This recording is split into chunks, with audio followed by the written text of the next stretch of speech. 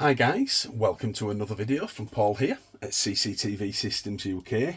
How the devil are you? I hope you're doing well. Sorry, I know we've not done a video for some time, but I really wanted today to do a quick video, an introduction video should we call it, on the new Hikvision HVRs, the hybrid video recorders.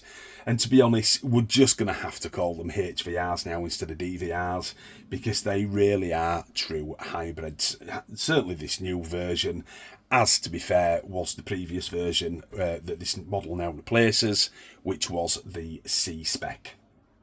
So what I've done is, I've turned this machine round so I can just show you some of the items that it's retained and any new bits of equipment that, or new connectivity should we say, on the back of the HVR itself. For anybody who wants to know the exact model number, this is an IDS 7208 HU-HI M1/XT, and the M1 means it's got one memory, so obviously one hard drive, and XT is the new model. It's the X version, which replaces the old C-spec. Now, what I'm really happy about is this HU-HI, which to be fair is the medium in the range, but very high spec in itself, has still retained, as it's an 8-way, the 8 inputs, alarm inputs, and the 4 outputs. And I know 5-10% of our customers might have something attached to them. With the inputs, it's usually PIR sensors, and with the outputs, it's usually things like lights and locks or security doors, gates, things like that. But it is nice that it still has them, and that's why I'm drawing your attention to it, because they really are useful. When you consider the slightly lesser spec version and the really top spec version of this machine doesn't have them, this is why this particular version is by far the biggest seller. I mean, by a long way, by a factor of 6 or 7. If you look on the back, I'll just take the Ethernet lead out. It now has 2 USBs on the back. That's so you can use a dongle or something like that if you want Wi-Fi. But these USBs have got the blue tags on them, so they are 3.0. I can only imagine that the front USB is still a 2.0. It's got the VGA and it's got the HDMI as normal. It can run up to 4K, but really, would you want to? It can restrict the resources of these machines, and you're going to hear that word a lot in the next 2 or 3 videos, resources, when it comes to this particular version. Still has the 4 audio inputs for cameras that don't have built-in microphones, so you might have a standalone microphone. I can imagine these going though before too long. All of these hybrid video recorders have all got AOC, audio over coax, which means the video and the sound come down the same cable, and that is not going anywhere. So now we've got the stuff on the back out of the way.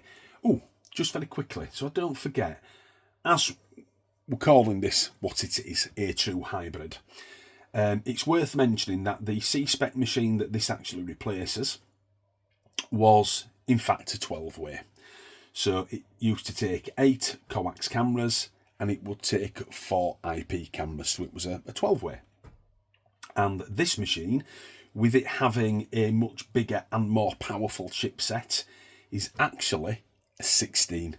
It takes 8 coax and 8 IP, and in true hybrid style, you can cancel some of these coax inputs out and turn them into IP as well. So let's say we only wanted 2 of these, 1 and 2, to be coax cameras. We could convert the other 6 to IP. We still get the 16, it's just done a different way with more IP than coax. And that versatility is very powerful. You know, it means that you can do a lot with these machines further down the line. If you find that it's, you know, needing more cameras, you don't have to come all the way back to here. You can just bob some IP in as well. So that's worth a mention, because that's a lot of bang for your buck. So now let's talk about the machine itself. And as always, I've got a camera up in the side garden. This is a Hikvision, I think it's the 3K version, which has the built-in microphone. But I've got the monitor sound down so you don't hear it. Don't take no notice of the solar panels. I've got them out because they're getting loaded into the van for some of our solar cameras in areas of natural beauty where we're going in the next couple of days. And by the way, those cameras will be hosted on our site, so if you want to see them, we'll be doing some new tests in the next couple of days, certainly in the next couple of weeks, and then they will be hosted on here so you can see them, and they'll all be standalone systems on solar out in, you know, some beautiful places in the north of England. Please do travel there because it's a wonderful part of the country. Anyway, waffle over. Let's go into the menu. So if we right click, left click on the menu, just do a quick Z for you. This looks exactly the same as the previous C-Spec version, as it should. I'm not a lover of the user interface being changed. Once people start messing with menus, they get the ideas to put things in different places, and your customers can't find what they're looking for because they can remember the older machines. But if I go into configuration and come down this side, a couple of things that are really out of place. Number one, intelligent search is here, which is different in itself. And then something that's been added is the face picture library, which should give you an idea of what this machine is capable of. But one of the biggest differences is if we left click in event, we still have normal event, perimeter protection and facial recognition, but we land on multi-capability intelligence. And basically this is the resources page. And when I talk about resources, we're talking about the human vehicle recognition on multiple channels, motion detection, line crossing, intrusion, and facial capture, and now face picture comparison. So you know where the next two videos are going, don't you? And if you look up here, I always set the multi-capability intelligence mode on so we can delegate the resources that we have onto these items. None of them are lit up green. They've all got little X's at the side of them, so there's nothing in play. And we can tell that because if we go to the resources pool, it says occupied total. We have a 0 and a 16. I know you can't see it, but trust me, they're there, which means we are using 0 segments, 0 parts of the resources at the moment out of the 16 that we are allowed. Now, that's also shown in this grey bar here, which is empty. It's grey. So what I'll do really quickly is I'm just going to hover over the X where it says intrusion and left click on configuration, and it will take me directly into the perimeter protection menu. As you can see, all this is exactly the same. The area, the arming, the linkage, how to draw the areas, humans, vehicles, sensitivity, it's all the same. Again, as it should be. But all I want to do is activate it by clicking enable and press apply. So what the machine's doing now is it's configuring, it's asking us to wait, and it's now assigning some of its resources to that particular task. Parameter configured. Let's go back to our multi-capability intelligence board, and you can now see that it's lit up green, and there. We've got a green segment here, and we've used 2 out of the 16 segments of resources that this machine has. And that is how this machine works. Basically, you can put things into place in certain areas on certain cameras, and certain things have different values. Intrusion and line crossing have 2 blocks, but you can use them at the same time. So you get a get out of jail free card there. The motion detection 2.0. Motion detection is set anyway on the machine. All you're doing is picking an area and clicking humans, vehicles, or both. That only takes 1 segment instead of 2. And the facial capture is 4. And the reason for that, facial capture is the heaviest on the resources of the machine. So you've got 16 segments to deal with, and you can delegate them round the actual device itself. So I hope that explains a little bit about what these machines can do and why they are so popular now.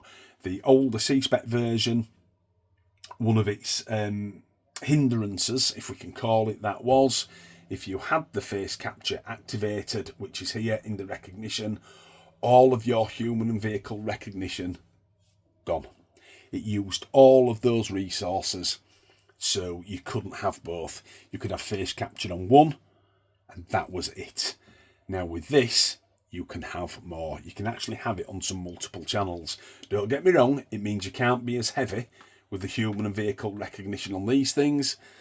You know, your motion detection and your line crossing and your intrusion, but you can delegate what you want where to a certain extent, because once those 16 blocks are used and it's right to the top, and I will do that for you in the next 2 videos, that, as they say, is that. And if you look there where it says remaining, as I have actually activated something, it says motion detection. I can have that on 8 channels. I can have 7 perimeters, or I can have 3 facial recognition, or 7 AccuSearch, which is on the end. I don't bother with the AccuSearch, to be perfectly honest, because you can find any of the information on this machine you want anytime without using AccuSearch. So there you go. Well, I hope you've enjoyed that video. Again, it's just a short one. It's a quick step into part 1. Part 2 and 3 will be coming soon. It is now just turning 2 o'clock. I'll see if I can do part 2 for you straight away and get these videos out in quick succession for you. Other than that, this video is going to come to a close. If you've liked it, give it a thumbs up and subscribe to the channel. Show us some love, because we do, you know, when we get the time, we spend some time on these videos for you. And I know it's predominantly for our customers, but this content is free. You know, we don't restrict it. People can see it anytime that they want. If you have got any questions, there's always a link in the description through to our Facebook page, which is usually the best place to ask questions. One, you don't want your dirty laundry on a list on YouTube, and we like YouTube, but obviously people can see the comments and obviously what we give as an honest answer. If you come through to Facebook messages, it's private. So I'll see you all very soon, of course, on part 2. The only thing to say is enjoy the rest of your day, and this is Paul logging off at CCTV Systems UK. I'll see you all again very soon. Bye bye now.